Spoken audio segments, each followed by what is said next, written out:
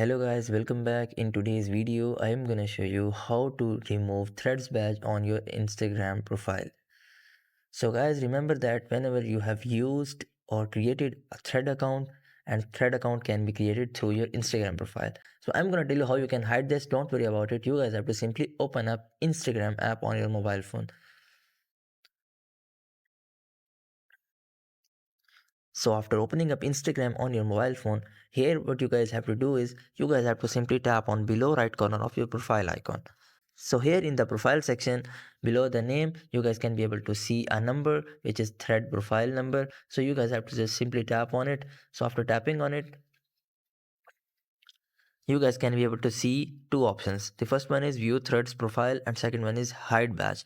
So you guys have to just simply tap on hide badge and tap on remove badge.